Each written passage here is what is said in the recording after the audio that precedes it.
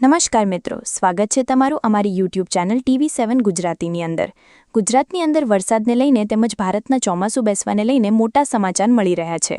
મિત્રો, આ પહેલા મિત્રો જે જોવા જઈએ તો ECMWF દ્વારા મિત્રો અરબી સમુદ્રમાં જે વાવાઝોડું બતાવવામાં આવી રહ્યું હતું તે મિત્રો એ રસ્તો સાચો સાબિત થયું છે.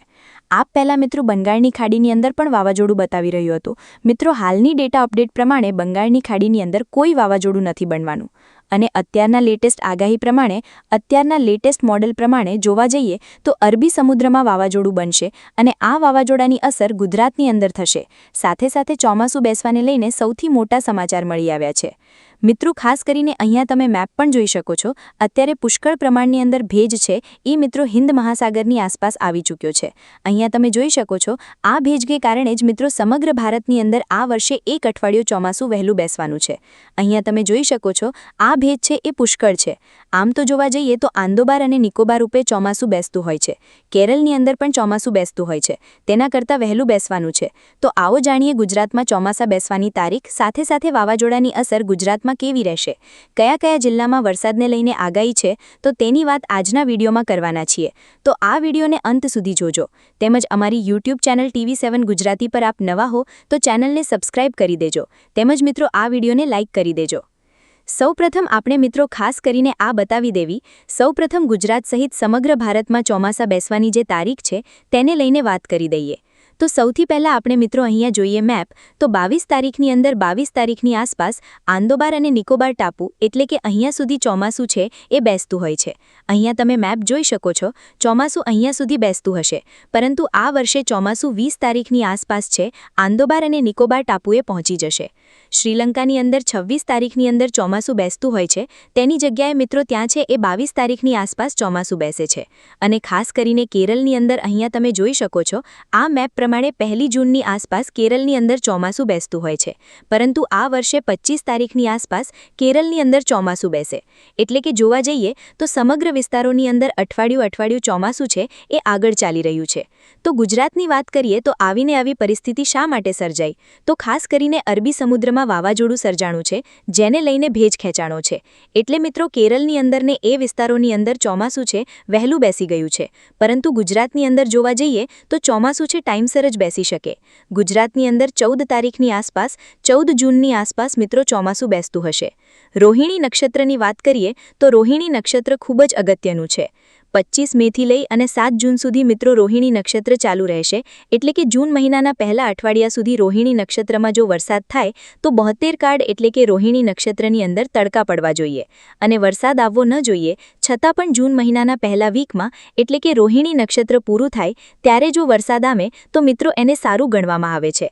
એટલે કે ગુજરાતની અંદર આમ તો જોવા જઈએ તો અંબાલાલ પટેલ સહિત સમગ્ર આગાહીકારો છે એ ગુજરાતની અંદર 14 તારીખથી લઈને 15 તારીખની આસપાસ ચોમાસું છે એ બેસવાની જાહેરાત અત્યારે કરી ચૂક્યા છે કે આ તારીખની આસપાસ ચોમાસું છે એ વિધિવત રીતે એન્ટ્રી કરી શકે છે.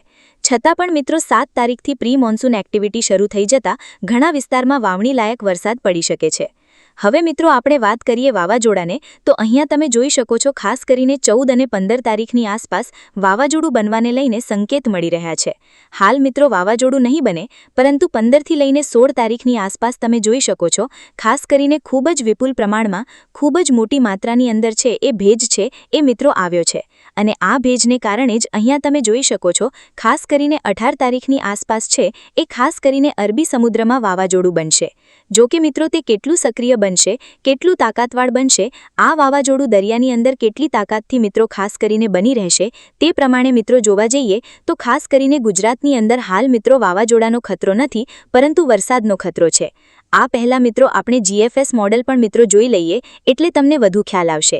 GFS મોડેલ છે એ મિત્રો ખાસ કરીને બંગાળની ખાડીની અંદર 15 તારીખની આસપાસ વાવાઝોડું બતાવતા હતા, પરંતુ અહીંયા તમે જોઈ શકો છો આ મોડેલ પ્રમાણે કોઈ પણ મિત્રો વાવાઝોડું છે એ બંગાળની ખાડીની અંદર કે અરબી સમુદ્રમાં બતાવી રહ્યા નથી. એટલે કે એનો મતલબ કે ECMWF એકદમ સાચું છે અને એ પ્રમાણે વાવાઝોડું બનશે. હવે ગુજરાતના કયા કયા જિલ્લાની અંદર તેનો ખતરો છે તો તેને લઈને મિત્રો આપણને જણાવી દઈએ. કેટલી પવનની ઝડપ હશે એ પણ મિત્રો તમને જણાવી દઈએ. તો અહીંયા તમે જોઈ શકો છો 15થી લઈને 16 તારીખની આસપાસ મિત્રો વાવાઝોડું બનશે, પરંતુ ગુજરાતની અંદર તેની અસર છે 17 તારીખથી જોવા મળશે. 17 તારીખથી મિત્રો ખાસ કરીને વાદળો આવવાનો શરૂ થઈ જશે. 18 તારીખથી દક્ષિણ ગુજરાત સહિત સૌરાષ્ટ્રના અમરેલી, ભાવનગર, ગીર સોમનાથ છે એની અંદર વરસાદની શરૂઆત પણ થઈ જશે.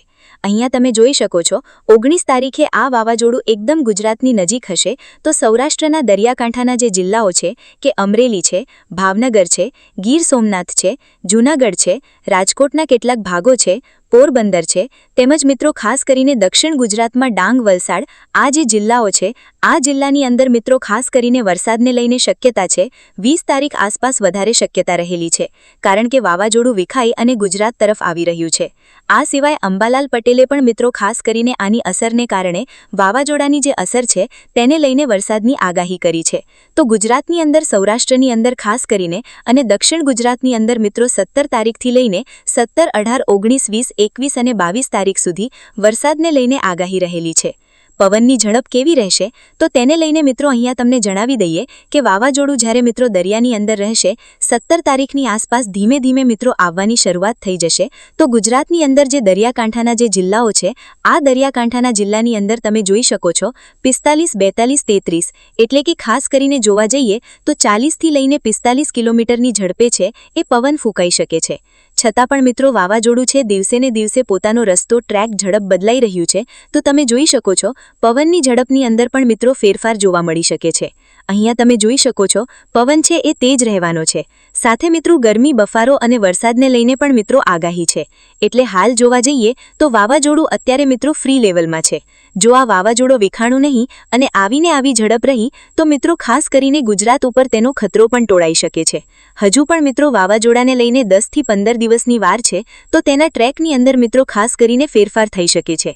છતાં પણ મિત્રો પડ્યાપડની અપડેટ અમને સૌથી પહેલા તમને આપતા રહીશું. ખાસ કરીને અમારી ચેનલને સબસ્ક્રાઇબ કરી દેજો. તેમજ મિત્રો કોઈ પણ પ્રશ્ન હોય તો જરૂરથી કોમેન્ટ કરજો. આજના વિડીયોમાં આટલું જ. અસ્તુ. જય હિન્દ, જય ભારત.